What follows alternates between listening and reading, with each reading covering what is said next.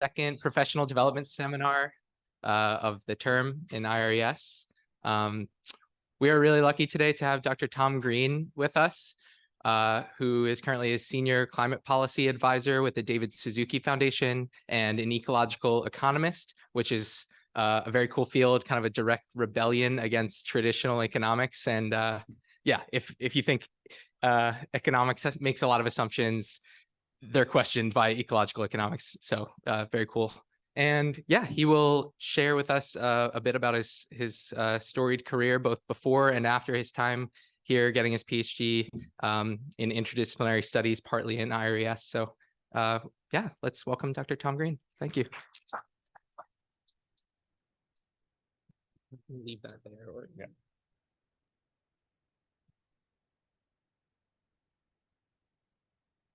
There, can people hear me? Thanks very much, Daniel, and thank you everyone for coming today on a beautiful sunny day when there's many other things you could be doing. And it's great to be back at UBC and be in a lecture hall and get into discussing ideas. And it's kind of a luxury that one doesn't always have in the day-to-day work in policy, where you're trying to act very quickly and influence government decisions and so on. So this photo, by the way, is 2019. It was the big climate march in Vancouver, when I think over 100,000 people came out on the streets and really tried to be very clear with government that they wanted to see more action on climate. And I think very much motivated by all the things we were seeing in British Columbia in terms of wildfires and atmospheric rivers and all these kind of extreme weather events. So I was very happy that day, and I got to wear my red wig, which was gifted to me by a guy I studied clown with, which was my reaction to finishing the PhD. I need to get out of my head for a bit.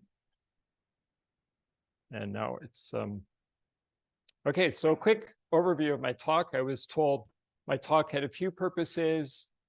It imparts some advice and tools that you can take or leave on what might be useful as you transition to careers. But on my professional pathway, ecological economics, my role at the David Suzuki Foundation, and challenges in reaching carbon neutrality or addressing the climate crisis. So I'm going to start with a bit of my pre-PhD career and motivations behind my PhD, and then how the PhD process, life in academia. I spent a few years there, and then my decision to go to climate advocacy and join the David Suzuki Foundation. And all this is connected by this concern with biophysical limits, and hence my interest in the field of ecological economics and frustration with conventional economics. So I was profoundly shaped by one particular moment, which was the oil crisis of 1973. And it was so sudden, the world was so unprepared, that in Europe, many countries responded by banning all car use on Sundays. And so the highways were completely empty, and then people started to use them for other purposes. But every now and then you would see a blue VW bus drive down the highway.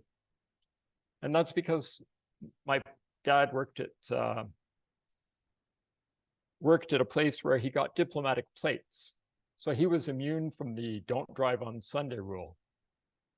So we would continue exploring. I mean, from attending to the greater good, maybe it wasn't a great decision. We also had picnics on the highway.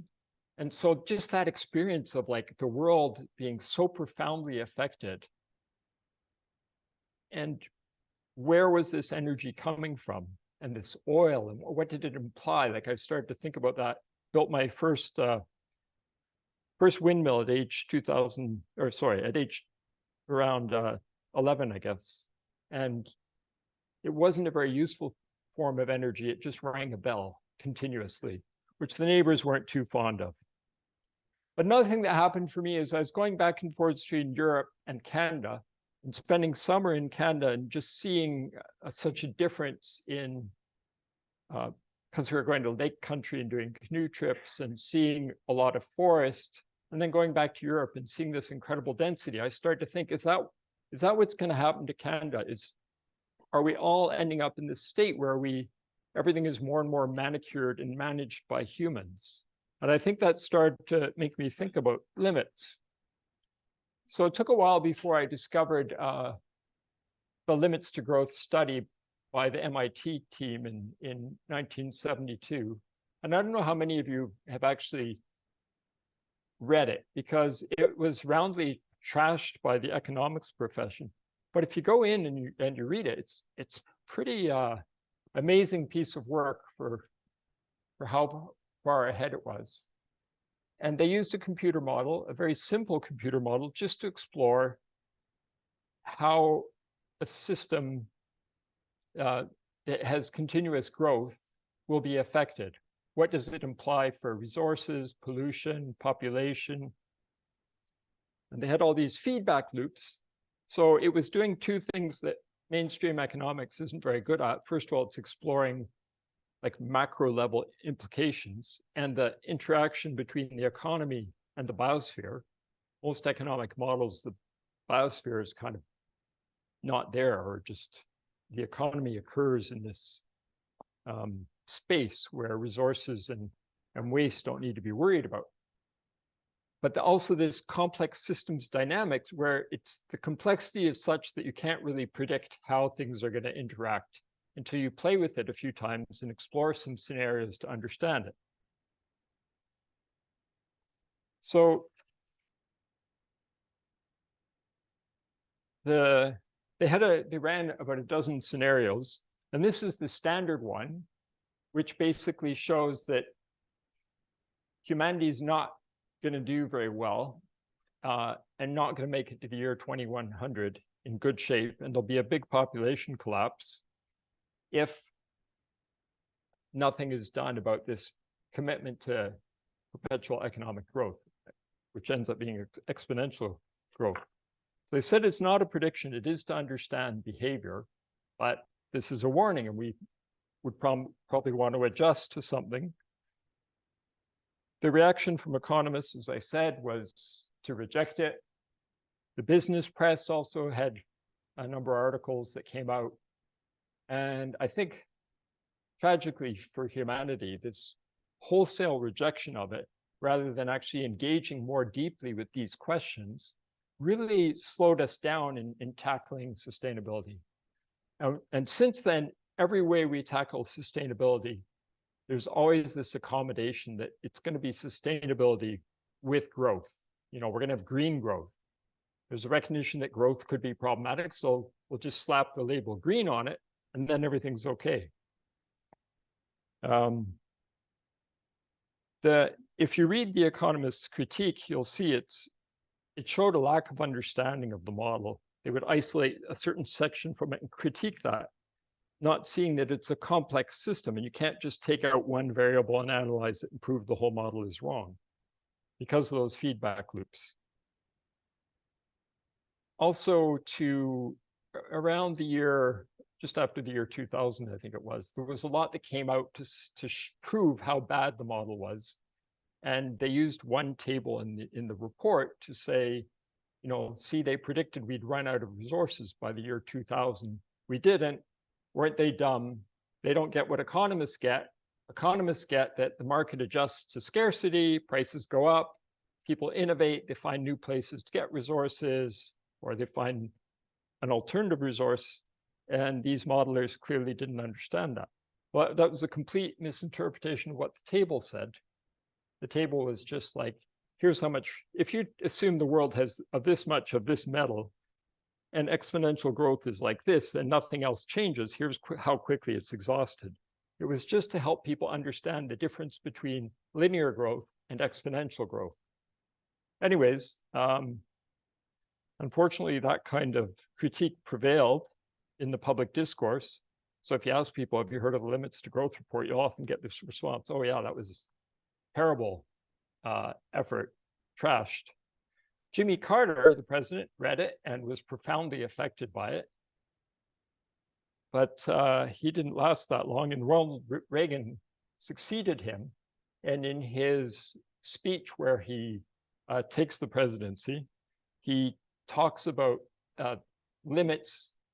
The idea of limits is a way, he has a really choice quote about, it's just a way of holding people back. Because I think one thing that really scared economists and politicians and people with wealth is that if you acknowledge there's limits and we're not going to keep getting richer, then we actually have to look at the problem of distribution.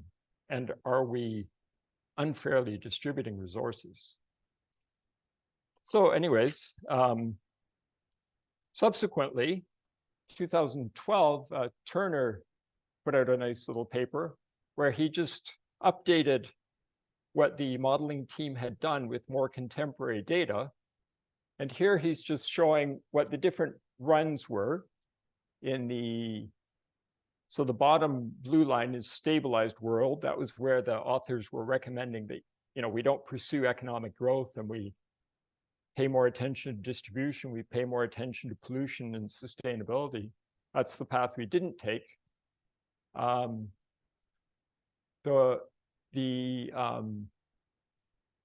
guess the greenish one with the diamonds was the standard run. That was just the kind of business as usual. And you can see CO2 is tracking fairly well, maybe not quite as well as their indicator of pollution, but that was all pollution, not just CO2. So if we add in things like microplastics and whatnot, you could make a good argument that we're still on that trajectory, which is quite alarming. And it's funny too, when you think that economists correctly predicted 9 out of the last 5 recessions. I mean, that tends to be economic models. So since then, since the limits didn't do that well, a team at the Stockholm Resilience Center, where I ended up doing my postdoc, reconceptualized this issue of biophysical constraints under the planetary boundaries framework. And they identified these different boundaries that humanity would do well to stay within, that regulate the stability and resilience of the Earth system. And they've revised and updated their framework several times since 2009, the first time. And they now show in their latest assessment in 2023 that 6 of the 9 boundaries have been transgressed. So when you cross a boundary, they liken it to like guardrails going down a highway. If you stay within the guardrails, things are usually pretty good, unless you're smashing into another car. But if you go off the guardrails, you might end up, with the great discontinuity of falling into the lake and suffering the consequences. So the more you cross these boundaries, the more you have risk of generating large-scale, abrupt, and irreversible environmental changes. So we should be wise to stay with them. And one of the nice things about this is they don't challenge growth directly on. You could yeah, go have as much growth as you want, but make sure you don't surpass these boundaries. So they're trying to influence policy without directly tackling growth. And if you see Johan in early interviews about this, he's very careful about how he talks about growth. I keep hoping that I'm going to see the influence of this kind of thinking in economics. But here's an experiment I did earlier this week, which I do every now and then. You try taking things like limits to growth or planetary boundaries, and you put it in the top journals in economics to see how many papers have been written that use these concepts. And here you can see the distinguished Quarterly Journal of Economics has yet to come across the concept of planetary boundaries. Now, maybe it's included in some other way, but it's a paper that's got 12,000 citations in other journals, in other literature. So it's funny that economists still haven't found it.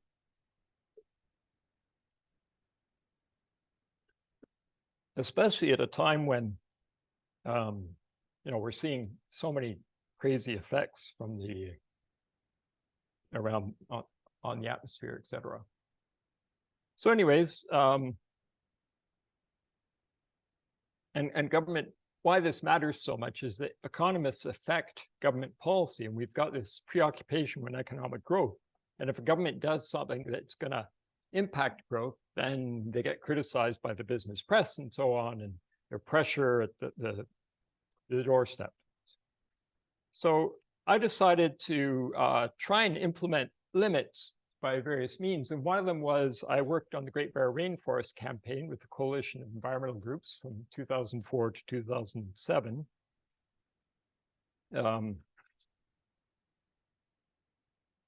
So you're wondering where the Great Bear Rainforest is. It's now advancing on its own, which is interesting. Okay. Oh, I see. It's north of Vancouver Island, all this area.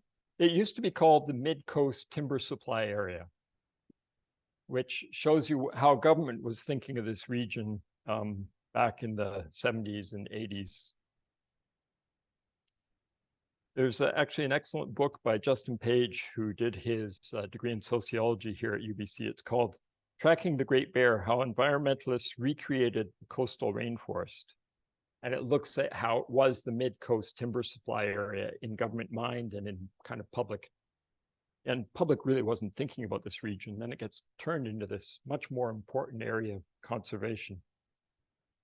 So it was the largest remaining unprotected tract of temperate rainforest in the world, and included 9 million hectares. And I don't know why it keeps advancing. So, and 50% of BC's ancient coastal rainforest had already been clear-cut by 2004. So there was a real opportunity to do something different here. And I think the environmentalists also realized we can't do this valley by valley fight we've been doing. We're not going to get much out of that. We've got to get a plan that covers the whole region and that uses ecosystem-based management instead of industrial forestry and just clear cutting.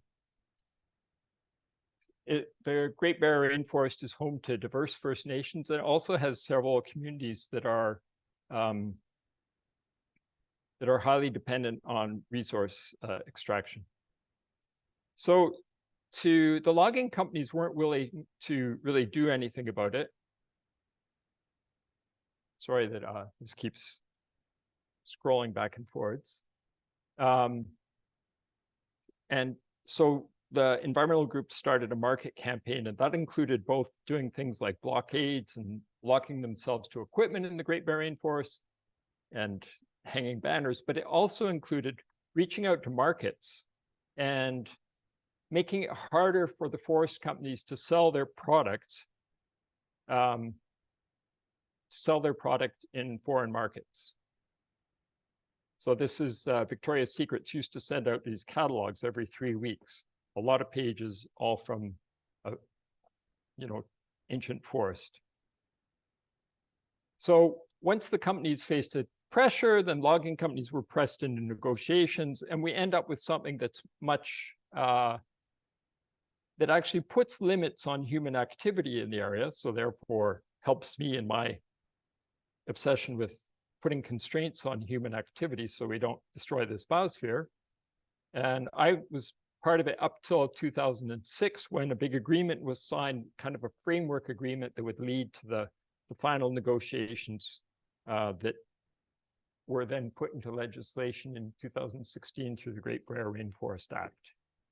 So that ended 30 years of conflict, and it meant that 3.1 million hectares of coastal temperate rainforests were off limits to industrial logging.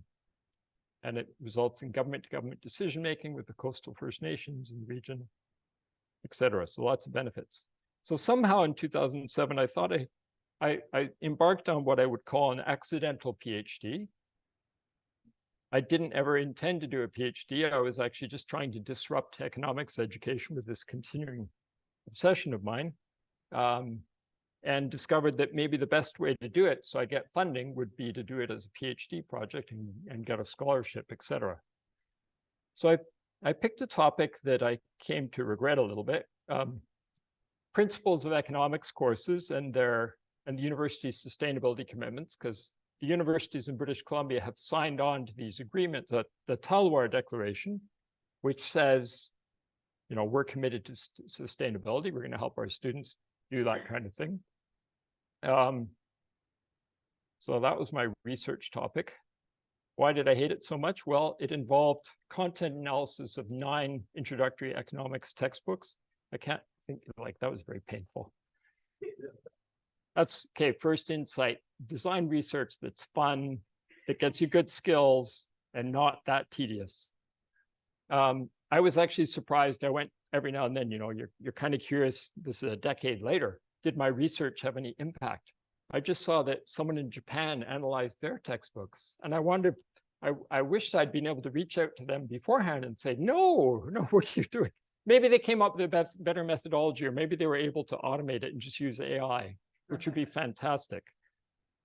I also interviewed 54 principles of economics students. That was at UVic, at UBC, and SFU. Interviewed the lecturers and 9 professors from sustainability-oriented programs like environmental studies that often send their student and say, you know, you got to get an economics department or course as part of your degree. And ask them, like, is this serving their purpose? So the question was, you know, is this, is the university's approach meeting its sustainability commitments? Is it helping them, preparing them to have relevant economic knowledge to attend to sustainability? And the conclusion was no, it was failing, that it was actually inoculating students against the idea that there might be biophysical limits or constraints that we need to put on the economy. It wasn't giving them nuanced understanding. It would help them understand the idea of externality. Don't get me wrong, economics has lots, like there's environmental economists who are way better than I if you want to design a carbon tax or a cap and trade scheme or something like that. I'm not good at that. I'm too much a philosophical economist, too much ecology. I'm not good at that kind of thing. So those economists are great. We need them. But also it helps if they understand, like, what are these broader constraints? And I think climate change is bringing that in. So, you know, I got a PhD. But if I were to look back at one point in my PhD process, I thought, oh, what am I going to end up with at the end of this? And should I do something different? And this climate crisis seems to be getting worse and worse. I thought of pivoting, and I thought, I'm too far in. I regret that. I should have pivoted. Anyways, I carried on. But I think the insight there is if you still have the chance, and I don't know where some of you are in your studies and whatnot, like really look back and go, how is my research topic and the way I've designed my research helping me set up for what I might want to do in the future, giving me tangible skills or giving me something that people look at. Funny thing is, when I ended up with a PhD, so I applied at a few economics departments. Guess what economics department wants to hire someone who's just studied how economics departments are failing to study or to teach economics in a way that's relevant to sustainability. So economics departments weren't keen to have me. And other departments might have wanted me to have some more skills and knowledge that was not just about first-year economics courses, right? Anyways, I did end up teaching at Simon Fraser University, but, you know, as a sessional at Quest University, which was a lot of fun, but Quest has since then gone bankrupt. And finally, I made my way over to Columbia, where I spent a year. The plan was to spend more time there teaching, and finally I could teach about biophysical limits, the interactions, complex systems, all this kind of thing, which was great fun.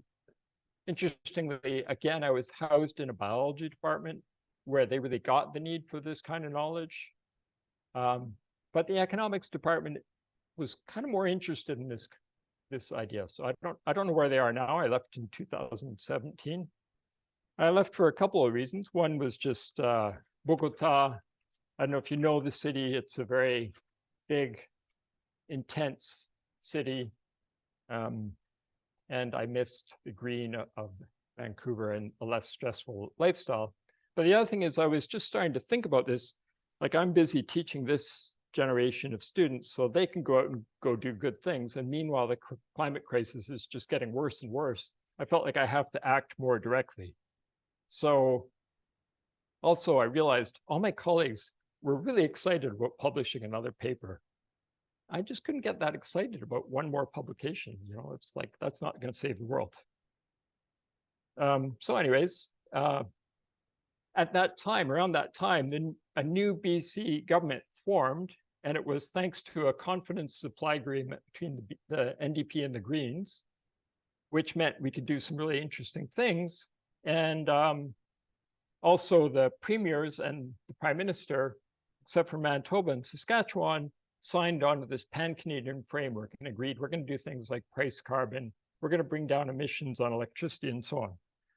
So I thought I'm going to go, I saw there was a job at the David Suzuki Foundation where I got to see Professor Wood over here, Dr. Wood. Thanks for bringing half the audience, by the way. So I joined the David Suzuki Foundation in role as more of an advocate, and you know, our priorities are on a number of files. I'm a policy advisor, so I'm also a registered lobbyist. Like I go meet with ministers and try to get them to do things. The foundation also has a big communications machine. It has a big email list, has social media challenges. Like we try and mobilize the public to put pressure on politicians to act. And we also try to inform the public about what kind of things matter,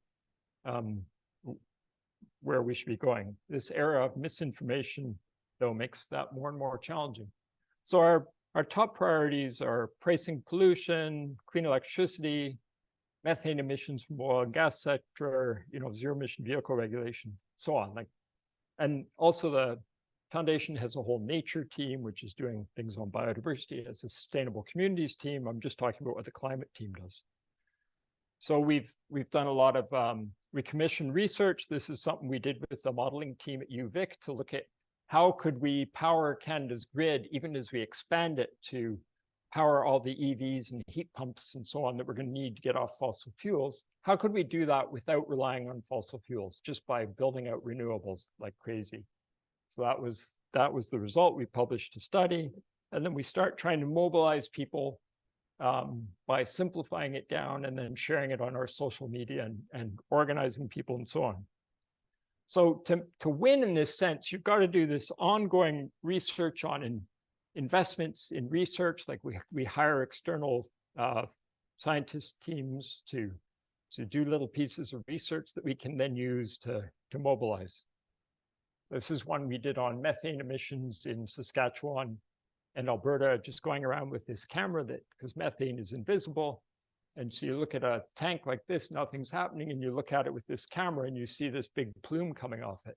And Saskatchewan's claiming it's doing great things on methane, and meanwhile, we just find this is all over the place.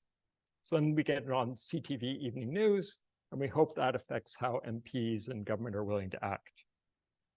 So I was asked about some key impediments. I think, you know, nothing new, like the strength of the oil and gas industry. I'll mention the primacy of economic growth again, populism, misinformation, federal provincial dynamics. We have some really terrible premiers right now who are suing the federal government every time it tries to do something. And just so back to these career reflections, I think I've mentioned most of them here. The other thing I'd say is, like, earlier on, try and find really cool mentors within the university, but abroad. Like, find who's doing the best person in your work in your field and give them a call, like reach out, connect. But if you're planning in a future that's not in academia, then in my case, because I wanted to shift policy, I did do a course on resource, energy and materials management with Mark Jackert, who was at SFU. And he was really good at getting people to understand what policy levers do we need? How do they work? Think in terms of what a politician can do and can't do. You know, they can't pass policies, or they won't pass policies that they think will make them lose the next election. That was a really useful course. I do a lot of media interviews, so that was all learning I've done on the job and a bit of internal training, but maybe I should have done more to prepare for that. And then this I've actually been fairly good at, like protect life beyond work. You've got to stay sane, especially if you're going to work in the environmental field. It's pretty heavy stuff these days. Nurture friendships, take breaks, get out in nature, have fun, and definitely don't think about climate change after 8 p.m. if you want to sleep well. So many thanks, and happy for your questions and a discussion.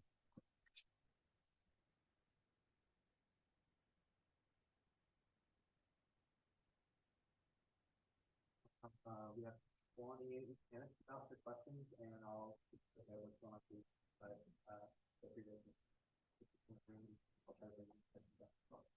Sure.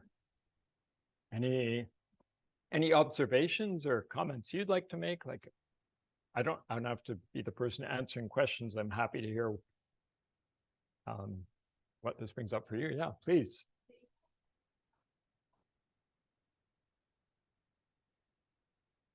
So the question was, has the economics department asked for my help? No. And another one was a critique of economics textbooks and what they could do differently. A lot of them have a section on limits to growth and why the study was wrong, things like that, and they've shifted. Initially, the content on climate change was just appalling, explaining why economists aren't so worried about climate change, and that a lot of people fail to account for the ways climate change is going to make us better off, such as more time, a longer season you can play golf, and less heating bills. If you go back and read a textbook from economics textbook from 15, 20 years ago, I think you'll be appalled at some of the messaging there. I don't have the heart to look into an first-year economics textbook anymore. Developed an allergy. Oh, I see a question there. Did you find when you were different uptake to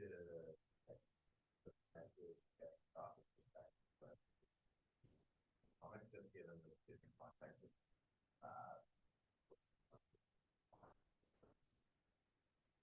Yeah, so a question for the folks on Zoom. Did I find a difference in Colombia in terms of uptake to a different approach of economics because of being in the South? I think one of the problems we have in economics departments in North America is there's like this hierarchy of economics departments, and everyone wants to be considered, like the Chicago School of Economics, and they fear departing too much from it. In South America, there's much less of that because they're not competing with the departments up there. And there's this whole other literature that's happening in Spanish that is not,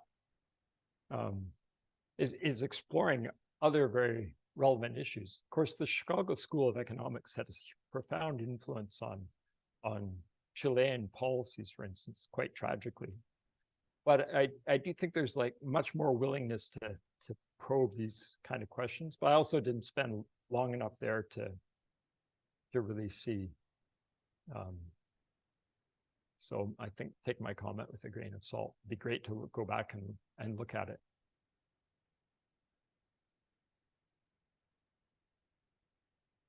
Sure. So within the Masters of International Forestry, we get one course on transfer research at the international level. I would love to chat to you more about within that, but thinking about a course like that that's really designed for non-economists to get the real kind of course of understanding work from an economist lens. What would you say is able to accomplish in the introductory course that will be on the basis of having your students economics text? Yeah, I mean, I think because it's a forestry course in a broader forestry program, like the interactions between the economy and the biosphere have got to be laid out much more clearly at the beginning. You can get into how, a a tax might affect how much certain logs sell at some point in the course. That's great. It's a useful thing to know. But just these feedbacks, like if the climate overheats and this forest is no longer productive, or you have to plant something different, or it's, or you're selling carbon credits, but half the forest that carbon credits are based on is going to burn. And so you got to set aside more forest as security. Like, you got to be much more nuanced about these, acknowledge these interactions at the get-go, and then you can get into more narrow economic tools of analysis for specific interactions. But I think if we don't give that up front, and we really miss an opportunity to explore how this is in fact a complex system. And there are some good, there's a series of textbooks actually called, they're just meant for general undergraduate first year economics course, called Macroeconomics in Context, where they start with this broader context of all the challenges the world is facing, from climate change, biodiversity loss, poverty. Like, I took an international economics course, and I couldn't believe, this is many, many years ago at University of Waterloo, that we never encountered the words hunger, poverty. It was all about gold standard and exchange, one currency exchanging against another. It just felt so detached from the real problems of the world. But I do think there's some really good courses that are happening outside of the economics department, typically in resource or environmental studies. People put together good curriculum. Yeah.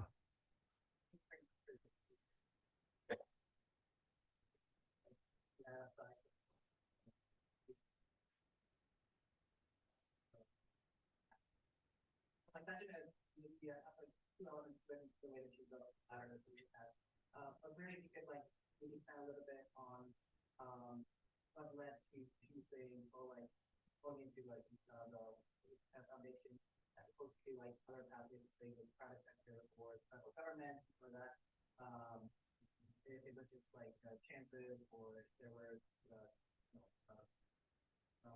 were other circumstances of how you use the potential contributions there. And also kind of linking to, is that also, so is there an overlap between that and the places that you think value skills have developed different regions? Because sometimes we are not necessarily positions as either qualified or specialized.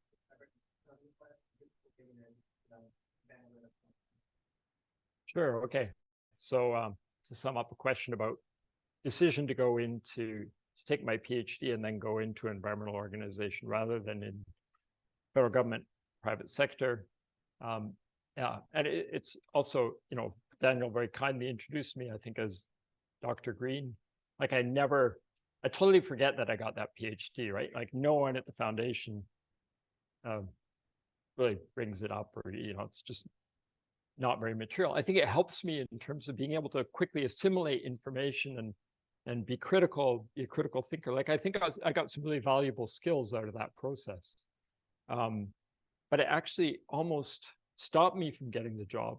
I had to go through 4 rounds of interviews, and finally, I got called by the director of the climate team. He wanted to have a one-on-one interview, and he's like, you understand this is just a policy analyst position, right? This is not a really senior decision or position you're going in. He was quite worried that I had a PhD, and why would I be coming there? And also, I was, crazily enough, I had an associate professor at Universidad del Rosario, because after 3 months I got tenure. I was still alive, and I think that was good enough. And my colleagues were wonderful. In many ways, I wish I'd been better suited for that city, and also less panicky about climate change, because it was a great team to be with. why did I choose environmental organization? I guess partly because I was out of habit. I'd spent 4 years working on the Great Bear Rainforest. I was very familiar with that kind of environment and advocacy. And also because at the time I felt like what government was willing to do was still not enough. And that we needed the environmental organization, civil society to push the envelope of what government was willing to do. So I felt like if I went into government and worked there to implement some policy, I wouldn't be able to move the dial much. I would be implementing whatever the politicians had agreed to. I mean, you can push within government and so on. Right now, there's some really, many of the people who have cycled through the foundation or who worked at the Pembina Institute, which is kind of more is like us, but more of a think tank and less of a big, doesn't mobilize the public in the same way. A lot of those people are, will go from there to the minister's office and be a policy advisor in the minister's office. And that's great. We need those people there. So I think we need people everywhere now. I don't know if the private sector would tolerate my idiosyncrasies as well. So I don't know. And also I would earn a lot of money, and what would I do with that? Like, I believe in limits, and by working in the environmental sector, my income is quite limited. I see a question behind you. Hi, I'm wondering in your role, your current role, do you deal with technological determinism, reported on economics, especially with dealing with dangerous problems? I know it's changed a bit in the last year, where more politics are more open, more economics. How do you feel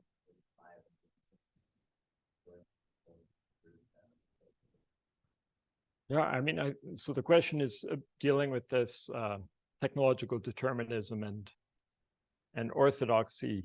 And I think it's a real challenge. And right now we have this new challenge of populism and some premiers who have very simplistic views who want to double down on oil and gas production, namely in Alberta and Saskatchewan. Or the Ontario premier, when he came into power, had all sorts of canceled, I think it was like 700 renewable energy contracts, some of them, significant scale. And now the province is overly dependent on gas.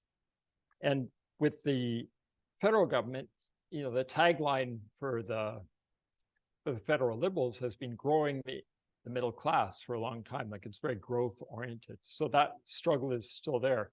On the technology side, the nice thing is that technology has now shifted in a way that's really helping us. And by that, I mean the incredible advancement in renewable technologies, the fact that the price has dropped so much, and for wind and solar storage, for all these kind of things that can help get us off fossil fuels, to the point where, the International Energy Agency, which was set up in that same oil crisis that I started with, and it was set up to make sure we, had good supplies of oil and gas and coal, is now talking very much about how wind and solar and these other technologies are basically eating fossil fuels lunch, and that they're now peaking and going to be coming down this decade.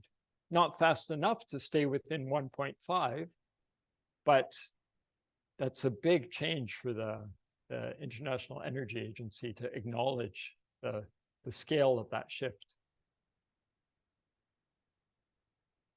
Yeah, sure.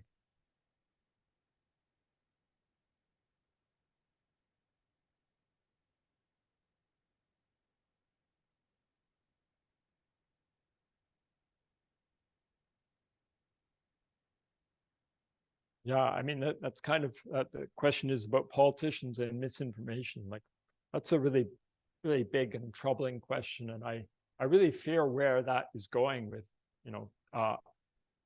artificial intelligence, with deep fakes, with the fact that the media landscape has so fractured, and that our community has so fractured, and people are in these silos and they don't talk across We've really seen that south of the border, and I think it's coming increasingly into Canada.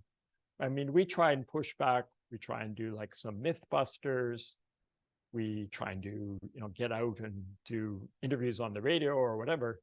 But because people are getting their information from so many different places, and a lot of what is some politicians are doing is performance-based, like they're just trying to get 2 or 3 little quotes that they can put in that social media thing that they're going to share.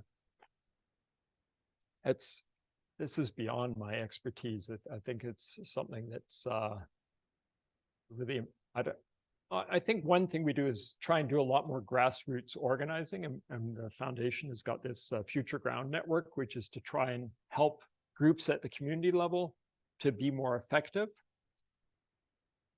But I don't know, I fear what misinformation is doing to us. And maybe, I don't know, does anyone here work on that, have good insights to offer?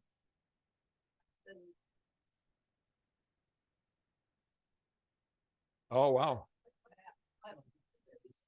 Oh, yeah, no, like just carbon pricing is crazy, because we had quite a consensus on carbon pricing that this made sense, and it's really being weaponized, and the misunderstanding, and a lot of people still don't get that they're getting back more in their rebates than they're paying in the also that there's how much people are paying as a result of putting a price on carbon pollution, and the huge amount that people have paid because Russia invaded Ukraine and made global prices surge, and prices for gasoline are affected by global markets. And that's, it's the carbon tax compared to that big increase is not very significant. And also, we're all going to be better off as we transition to being reliant on clean electricity. Our overall bills are going to go down, especially as buildings get more energy efficient. We use heat pumps, which make much better use of, you get this crazy thing where they're 300% efficient, which seems to defy the law of physics, but it's pretty cool. So I think we're getting towards the end. Do I have time for one more question? I can say you had one there. Yeah.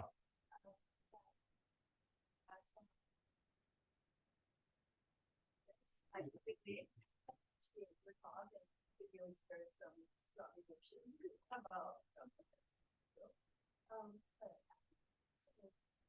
related to how we were like as a lesson.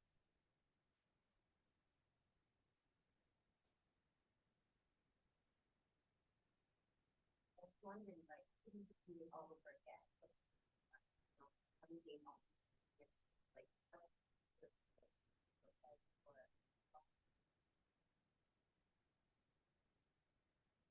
Well, yeah, so I did have this point, I think it was like 18 months into my PhD, maybe 24 months, where I was really starting to think about the climate crisis a lot. And I thought, should I pivot? Like it seemed like a dangerous thing to do at the time, given how far I was in. But looking back at that moment, I think it actually would have set me up better for my subsequent work and interests. So also, I was much more optimistic at the time that one might be able to change what is taught in economics. But I actually tried, since I was at the Stockholm Resilience Center, I tried writing a paper on the perverse resilience of economics, trying to explain why, despite all this ongoing criticism of mainstream economic theory, it still doesn't really attend to it. And, you don't really see a Nobel Memorial Prize in economics that grapples with biophysical limits. Elinor Ostrom would be the closest. And then terrible case of Nordhaus for his dice model on economics, which has caused a lot of mischief, but that's a whole other discussion. Because his model suggested we could keep growing and not worry about climate change so much, because we'd be richer. Anyhow, I think allocated time is up. Yeah. Thank you so much, Tom.